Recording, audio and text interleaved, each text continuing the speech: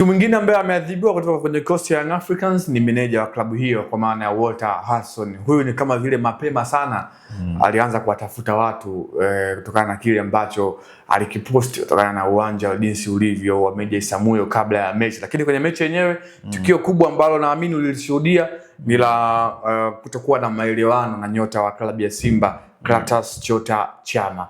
Walter Harrison kwenye adhabu ambayo amepewa milioni 1 na kufungiwa michezo 3. Ni adhabu ambayo alistahili ama pengine angepewa zaidi ya hapa kutokana na kile ambacho amekifanya? Tunarudi tena kwenye kanuni. Amevunja kanuni kwa sababu yeye ni mtu wa benchi la ufundi, ni kiongozi. Yaani hapa anazungumzwa kama kiongozi. Na jaribu kuangalia hapa kwenye masuala ya udhibiti, ni kanuni ambayo ni kanuni ya, kwa mujibu wa taarifa ya ligi kuu ya bodi ya ligi, ni kwamba adhabu aliyopewa Walter Harrison ni kwa mujibu wa kanuni ya 45 kuhusu 45 kipengele cha pili ya ligi kuu kuhusu udhibiti kwa makocha na maafisa wengine wa ufundi. Kwa hiyo kwa Walter Harrison yeye tunamtem kama ni ofisa kwenye benchi la ufundi wa Yanga kwa sababu yeye si meneja. Unaona?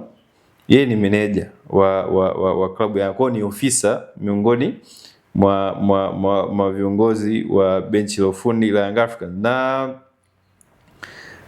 kwa mujibu wa kanuni hapa nilikuwa naangalia inazungumza masuala ya udhibiti wa klabu na viongozi. Ni kwamba kukisoma kipengele cha kwanza mpaka cha pili inazungumza kwamba klabu ina wajibu ama jukumu la kuhakikisha kuwa wachezaji, viongozi, wanachama na mashabiki wake wanajiheshimu ama hawajihusishi na vitendo vyovyote vya utovu wa nidhamu kama vile matusi, vitisho, vurugu, vitendo vinavyoashiria imani za kishirikina na vitu kama hivi.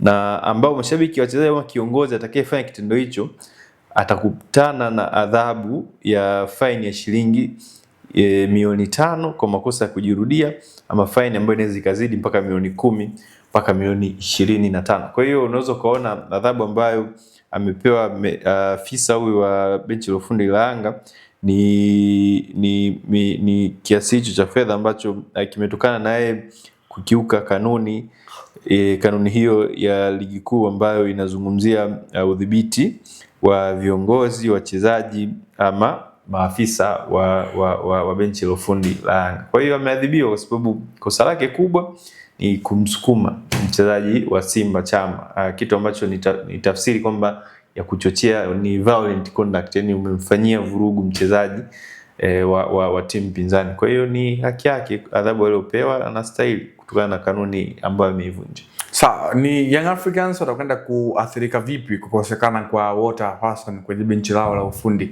mara baada ya kufungiwa michezo 3, na hapo atakosa mechi zidi ya Dodoma Jiji inayofuata na Coastal Union kama sijakosea, na Singida Black Stars. Athari gani ambazo Young Africans huenda akazipata kumkosa Walter Harrison? Kazi kubwa ya meneja ni hiyo, meneja ndo anaunganisha wachezaji na benchi la ufundi. Yeye ndo jukumu lake kubwa hilo. Yaani akiwa uwanjani pale ni link between benchi la ufundi na wachezaji.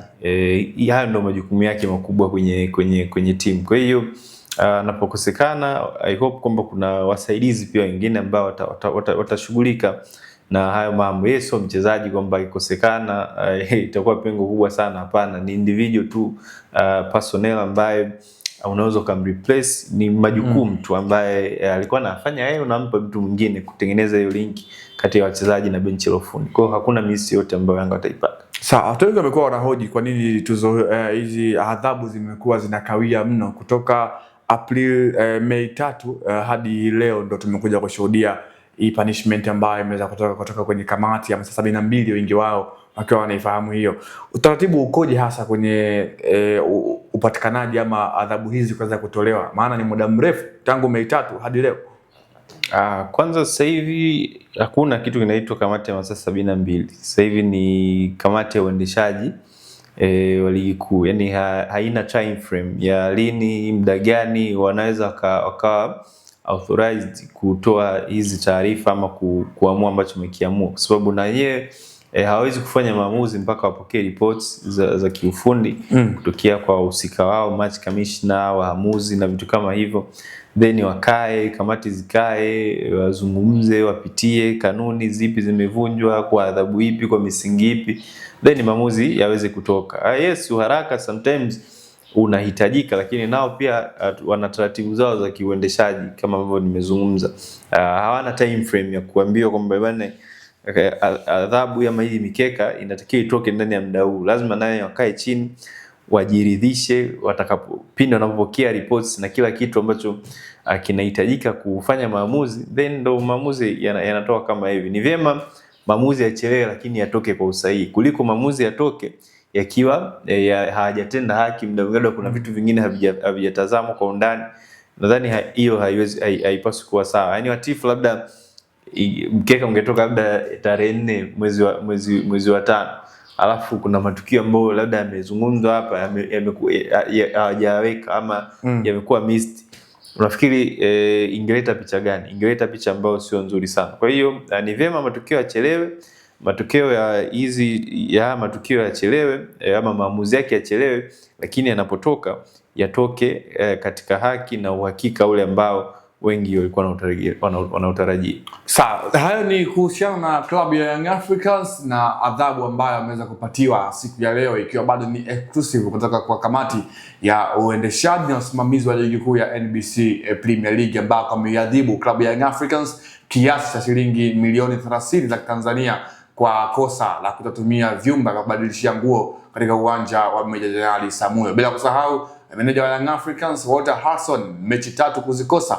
kwa adhabu ya kumsukuma Clatous Chota Chama. Hadi wakati mwingine, naitwa Leopard John, nilikuwa hapa na Shabel Daniel. Endelea kuwa nasi Anwar TV.